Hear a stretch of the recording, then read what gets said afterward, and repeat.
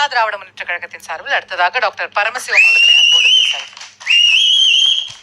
4 முனை போட்டி அப்படிங்கிற கான்செப்ட் உருவாக்கி எங்களுக்குள்ளே ஒரு நல்ல விவாதத்தை ஏற்படுத்த வேண்டும் என்று அவர்கள் நினைப்பதிலே தவறில்லை.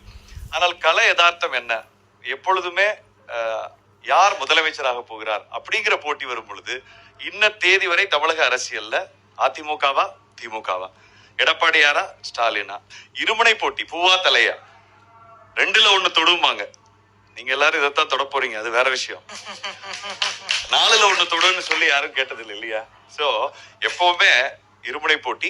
அந்த இருமுனை போட்டியில இன்றைக்கு நடந்து முடிந்த நாடாளுமன்ற தேர்தலில் பிரதமர் வேட்பாளர் இல்லாமல் புதிதாக பொதுச் செயலாளராக தன்னை பிரகடனப்படுத்தி 2 கோடி அதிமுக தொண்டர்களுடைய நம்பிக்கையை பெற்று அவர் வாங்கிய வாக்கு, மக்கள் அவருக்கு செலுத்தி இருக்கிற, தொண்டர்கள் செலுத்தி இருக்கிற கோர் ஏடிஎம்கே ஓட் 23% அப்படின்னு நிரூபிச்சிருக்கோம். ஒரு டெஸ்டிங் கிரவுண்ட்ல போய் எடப்பாடி தலைமையில அதிமுக 23% பெருமைப்பட அளவுக்கு அதிமுக பெருமை அல்ல, எவ்வளவு சவால் 45% அம்மா அவர்களை இழந்திருக்கிறோம்.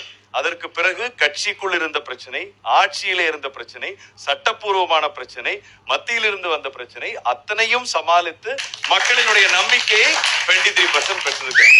இல்லை என்று சொல்லவில்லை, பிஎம் கேண்டிடேட் இல்லாம.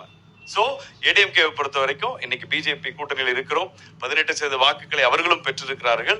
சோ நாங்க கம்ஃபர்டபுளா 41% இந்த அலையன்ஸ் வர்ற தேர்தல்ல வாங்க போகுது. ஆனா டிஎம்கேவோட விஷயத்துக்கு நீங்க வந்தீங்க அப்படின்னா ஒரு சின்ன ஹிஸ்டரி சொல்லிடுறேன். ஏன்னா இன்னைக்கு பேச்சு நம்ம 2 பேத்துக்கு இல்லைங்கிறனால, எப்போவெல்லாம் திமுக ஆட்சிக்கு வந்திருக்கிறோம் அந்த 5 ஆண்டுகளை அவர்கள் நிறைவு செய்து அவர்கள் ஆட்சியிலிருந்து அகற்றப்படும் பொழுது, ஏன்னா அது வரலாறு, எப்பவுமே ஒரு 5 வருஷம் தான், அதை தாண்டி அவங்க இருந்ததில்லை. அகற்றப்படும் போது என்ன வாக்கு சதவீதத்துல அவங்க கீழே போறாங்கிறது ஒரு சின்ன டேட்டா எடுத்தோம். 1989 ஆட்சிக்கு வரும்போது 33%, 1991 ஆட்சியை பறிகொடுக்கிற பொழுது 22% குறையுது, ஒரு 11% மைனஸ். 1996 42% வாங்கி ஆட்சிக்கு வர்றாங்க.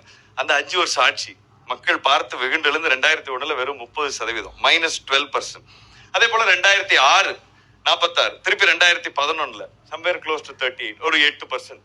ஆக ஆவரேஜா 10ல இருந்து 12% வாக்குகளை நீங்கள் இழப்பீர்கள் கருணாநிதி அவர்கள் இருந்த போது. இன்றைக்கு திரு ஸ்டாலின் அவர்களுடைய இந்த விளம்பர மாடல் ஆட்சி, விடியல் விடியல் என்று சொல்லி ஒட்டுமொத்த அனைத்து தரப்பு மக்களையும் வீதியில் நிறுத்தி இருக்கிற இந்த ஆட்சிக்கு மக்கள் என்ன மார்க் கொடுப்பாங்கிறத நான் அவர்களுடைய யூகத்துக்கே விட்டுவிடுறேன். நிச்சயமாக 15% வாக்குகளை அவர்கள் இழக்க போகிறார், ஆன்டி இன்குபென்சி மூலமாக மட்டும். அதிமுக சரியாக இருக்கிறதா? பலமான கூட்டணி, நீங்கள் எதிர்பார்க்காதவர்கள்லாம் வந்து சேர்ந்திருக்கிறார்கள்.